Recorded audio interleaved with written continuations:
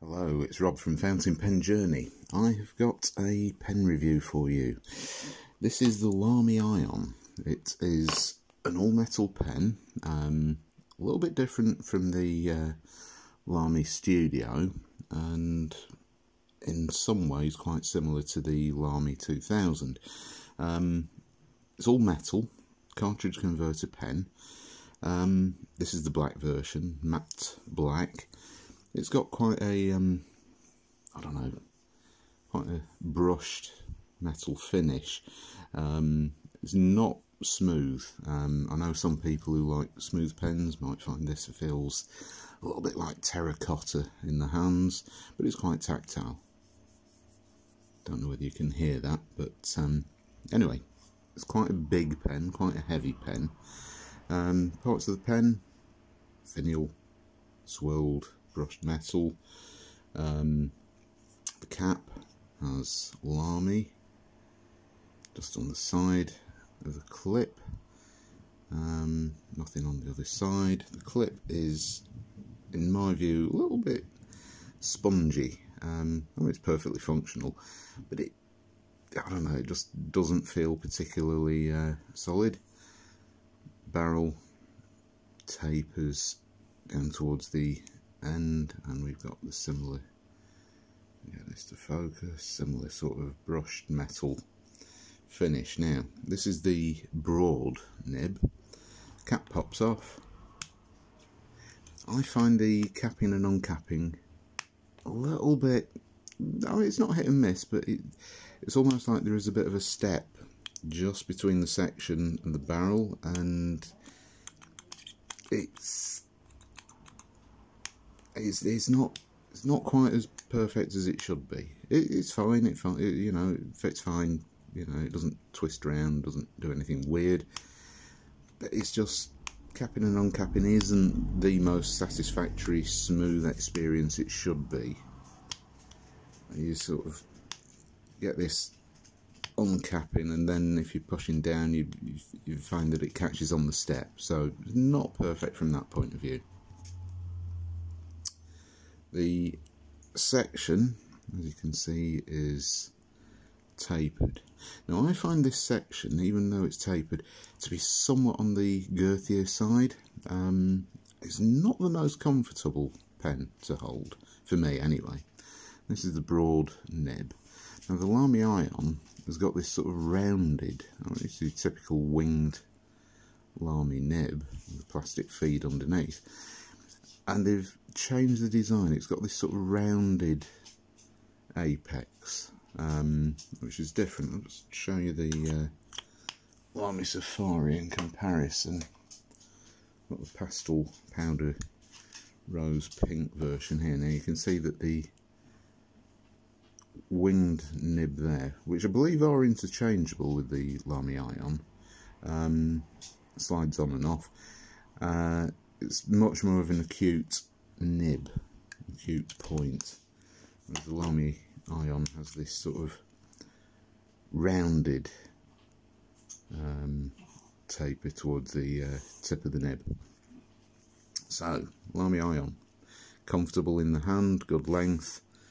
I'm just going to state all metal, so you know, some people don't like all metal everything. It posts quite deeply. I wouldn't say it's the most securely posting pen, but it does post deeply. It turns into quite a long, great pen when posted. You can write with it posted. It actually doesn't really affect the balance too much. I don't write with it posted. I find that the length is comfortable enough. The all matte finish isn't quite the same on the. You can see the difference between the section here and the barrel. So you get quite a distinct difference in the tactile material. Also a slightly different colour. I mean, the plastic, metal section is different. Build quality, I mean, you're looking at a pen that costs less than half the price of the Lamy 2000. I believe I've got one here which we can compare it to. Let's have a quick look. Here we go. Lamy 2000. About the same length. The Lamy is a much thinner pen. I prefer the Lamy 2000 for obvious reasons. It's just a nicer, better, well-made pen. Good quality nib, gold nib, whereas the steel nib on the Lamy Aion is comparable to your Lamy Safaris and All Stars, things like that. So, you know, it's not quite as good. There isn't much going on inside the metal cap. There is a sort of, if I can get this to focus,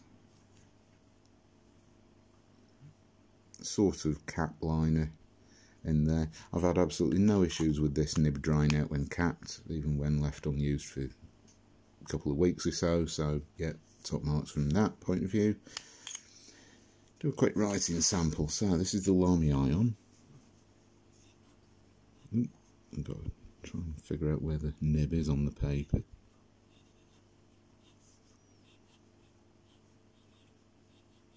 With the broad nib. Now I do like this broad nib. It's plenty wet enough, nice thick line without being excessively broad.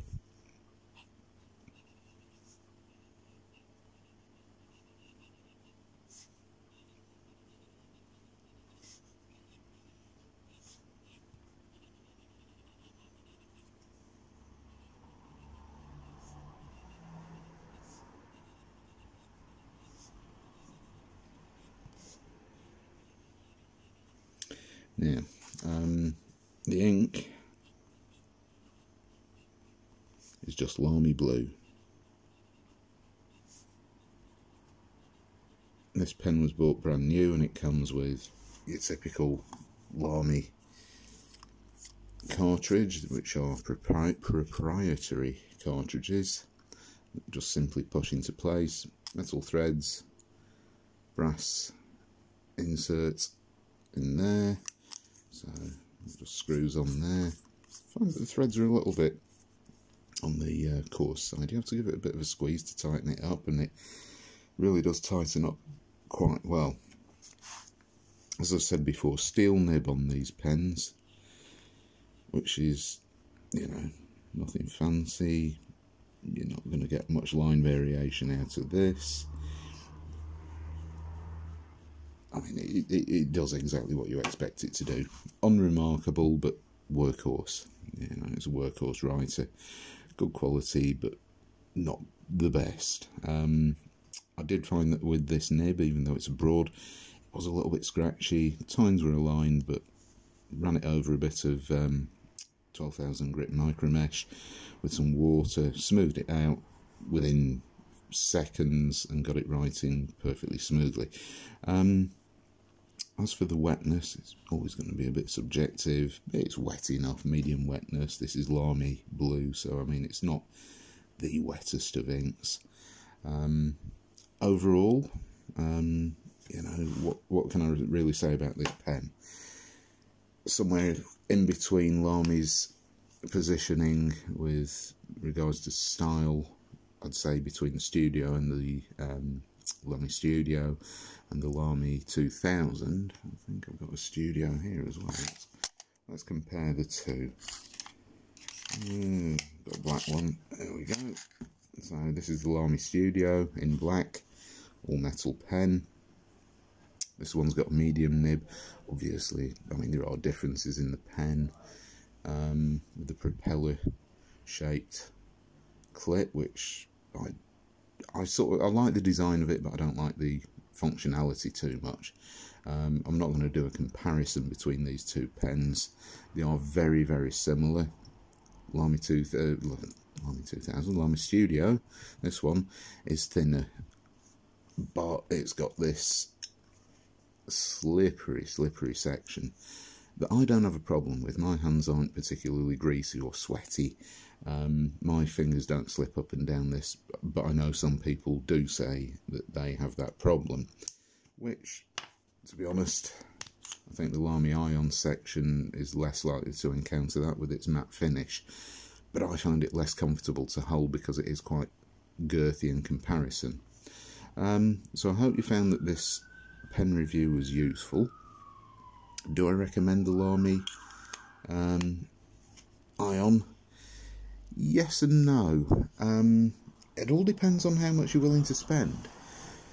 I find that this pen is worth the price. I mean, I've picked this up, to be honest, I picked this one up from Amazon for bargain price from a seller. Brand new pen, and it cost me something like, I don't know, £40, something like that.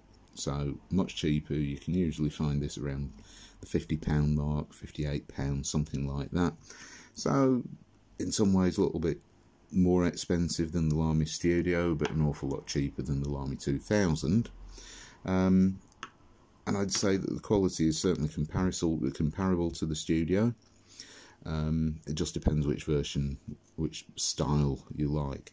I feel that the Lamy Aion perhaps borrows quite a lot of its design aesthetics from the Lamy 2000. I mean, it's got very similar shape to the pen. The clip isn't as nice. It's lacking a bit in the Bauhaus design, but it's not far off it. So it's quite similar. It's almost like a poor man's Lamy 2000. Obviously, it's a cartridge converter pen. You can get the Lamy cartridges. Obviously, they're the only ones which will fit this pen, and you can also get the optional converter, which is an additional cost for about, call it £5, something like that. So you can use it to fill from bottles of ink. It's, you know, it's a nice enough pen. If I was going to spend the money personally, I'd go for the Studio. I just prefer the Studio's design and the way that it feels in the hand when I'm writing, because it doesn't have that thicker section. But if you're going to go for one Lamy in this sort of price point, and you can afford to stretch to the Lamy 2000, yeah, I'd prefer the 2000 over the Aion any day. Just one note, I bought this pen, as I've said, cheaply from Amazon. This pen, all metal, if you notice down here, there is a dent. Now, the pen wasn't supplied boxed, it came in generic plastic packaging. It is a genuine Lamy. And I have seen this on Lamy All-Stars as well. Some of them end up dented. And this one's quite a weird one because it's sort of swirled. I did inquire with Amazon about this, and I said, look, I'm not very happy.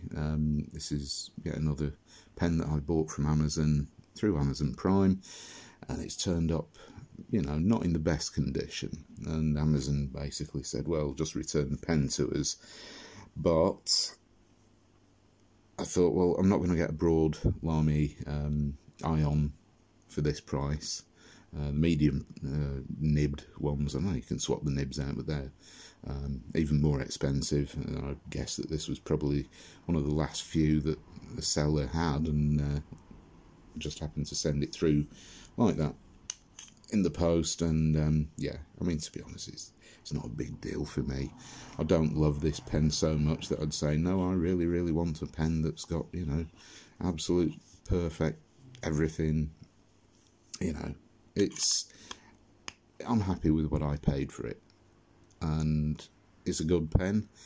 I don't feel the need to buy the silver version. It is available in silver, simply because it's just not as good as I've got a few Studios.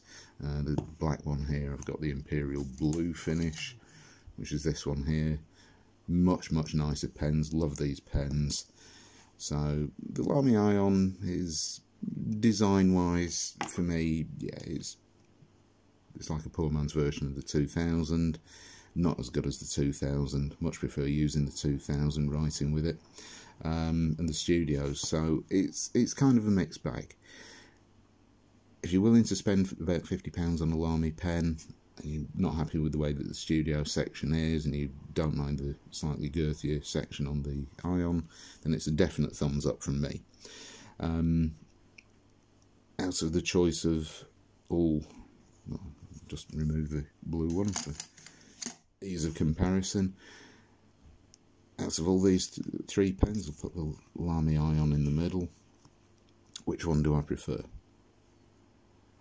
Almost every day I'm going to prefer the Lamy 2000. If I'm not going to stretch that far, go for the Studio. This thing sits in the middle, the Aion. It's somewhere in between. For me, it's not as good as the Studio, and it's not as good as the 2000.